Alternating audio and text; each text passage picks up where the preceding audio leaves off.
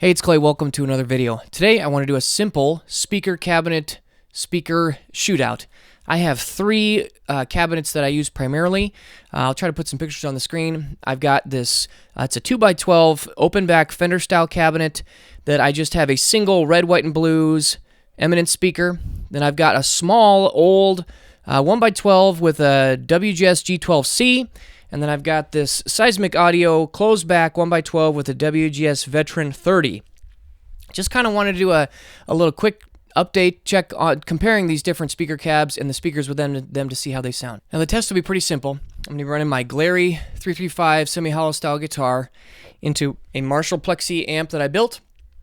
I got it set pretty high. I got the master volume cranked. I got the normal channel about 6, the bright channel about 4.5, 5. So it's going to be pushing these speakers pretty well. And really what I'm kind of listening for is how well do they respond to a pretty pushed driving amplifier. Do they break up? Do they sag? Do they compress a little bit? And that's going to be mic'd with an SE V7 microphone. Tried to get the mic placement pretty close on each one, but they're different size cabs and they have different speakers, so it's really not an apples to apples comparison. It's meant to be apples to oranges, just to see which of these cabinets I like the best. So please take a listen, and I'd love to hear your thoughts down below. Which cabinet do you think sounds best with this amp and this guitar?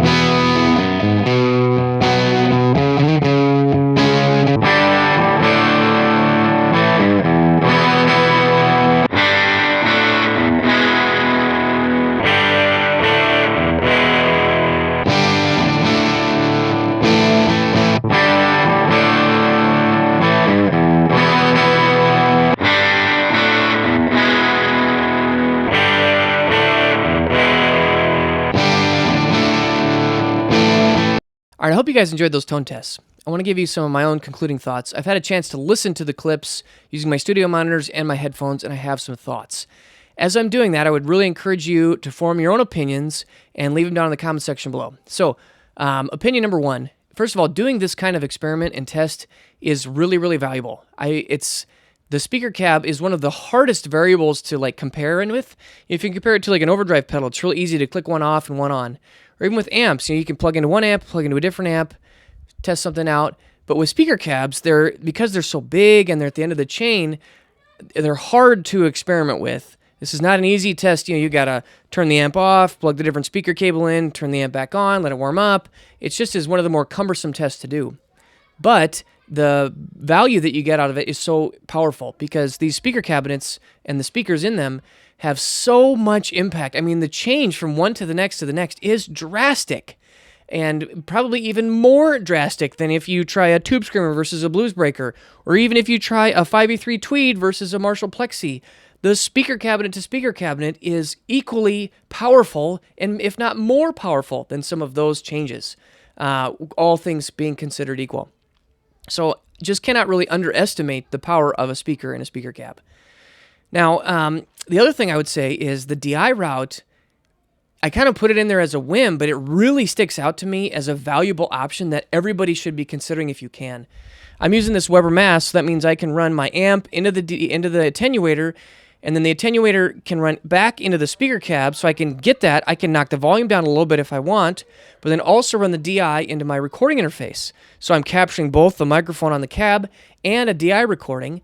Then I can use some software and some impulse responses, and the ability to have a library of 100 impulse responses and pick the one that you think sounds best for this track is so effective. And frankly, I think that the DI track is the one that sounded best to me, mostly because I was able to go through my impulse responses and pick the one that I really liked. I used an ML Sound Lab one. I thought it had the most low end, and the top end was nice and clear. It had a nice balance.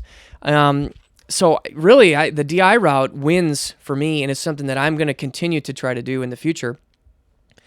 Then, if I had to rank them, I probably would say the Seismic with the closed back and the Veteran 30 sounds the best with this Marshall Plexi style amp.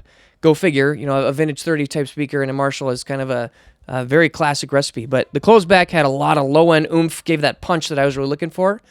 The worst one I think was the 212 with the Red, White, and Blues. I thought that one was just didn't sound really very good to me with this amp.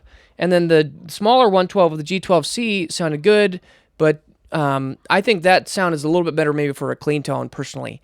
So actually with the Fender 212, I might actually look at trying something a little bit different with that. Maybe a different speaker setup, or maybe even trying to put a baffle on the back to try it out as more of a closed back. Some fun things to experiment around with. But at the end of the day, I'd love to hear your thoughts. What did you think sounded best? And really, let me know. Have you guys ever tried this kind of DI thing? I think this is a real win and something that I'm going to continue to explore in the future. So let me know your thoughts down in the comment section below, and I'll see you again soon. Thanks. Bye.